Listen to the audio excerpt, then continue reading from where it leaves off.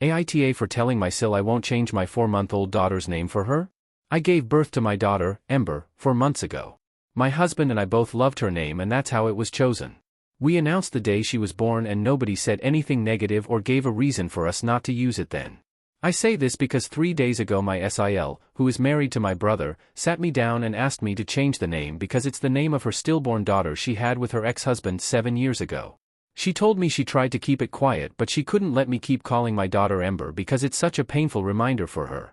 She told me she really feels like we should change her name.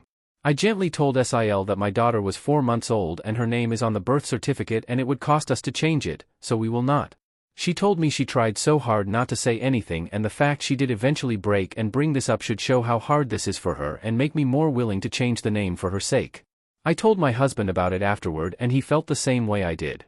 He told me it seemed like a weak excuse to wait for, almost 5 months, to tell us, when she had the chance long before this. My brother found out about the conversation with his wife and he reached out and told me she mentioned it to him 2 months ago and that she was battling with asking us to change the name since, but he understands why I said no and supports the decision.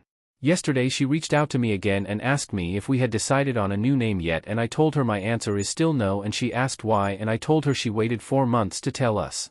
She became very angry very quickly and told me if she had lost my niece my response would be different and I should see this as her losing my niece because she would have been if she were alive. She also told me my daughter is going to grow up always hearing about the cousin I gave her the same name as and that I should reconsider before burdening my daughter with that. She told me a good person with good morals would. I should also mention, I knew she had suffered a pregnancy loss but it was implied she had a miscarriage far earlier and not a stillborn child. I never knew the name or sex. And I never ever heard her use a name for her daughter. AITAH?